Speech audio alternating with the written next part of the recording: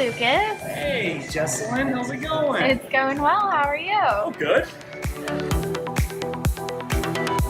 A Negroni comes from a count, actually from Italy. His name's Okay. Emilio Negroni, and he travels out west, finds his way to the United States, spends time in New York. He does a little gambling. He becomes a cowboy, hangs out in the Old West.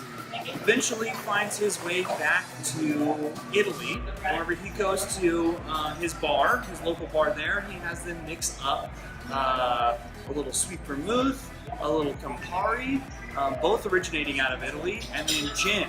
Gin was really kind of something that he brought to them to try something else there. How would I make a Negroni at home, Lucas? Or how would you make me a Negroni? How about I make you a Negroni? Well, I'm going to start it on the ice. For myself, actually, Negronis tend to be, just as the Count had his preference, I suppose I have my own. But I'm going to serve mine on the rock, actually.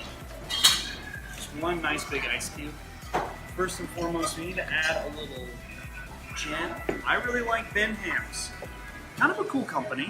I get a lot of citrus notes, kind of some bergamot, chamomile, some herbs there. So, super easy for a Negroni. It is 3 equal parts of each one of those. So I'm going to do an ounce of gin. Campari. This is Italian, where it began and where it's still made today.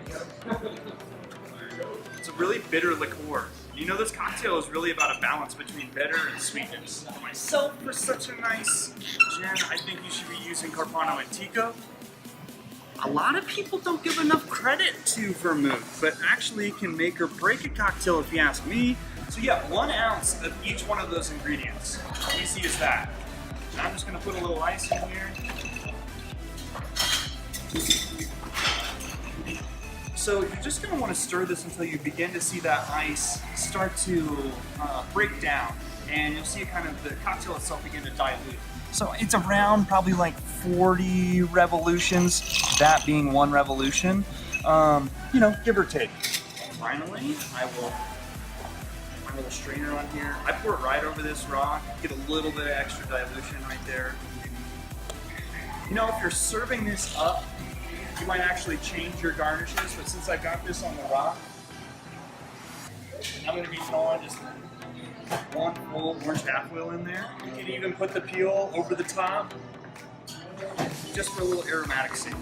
Put that right on the rim of the glass, so whenever your nose gets there before that drink, you get all that citrus. It's really nice. And that, my friend, is a Negroni. Enjoy.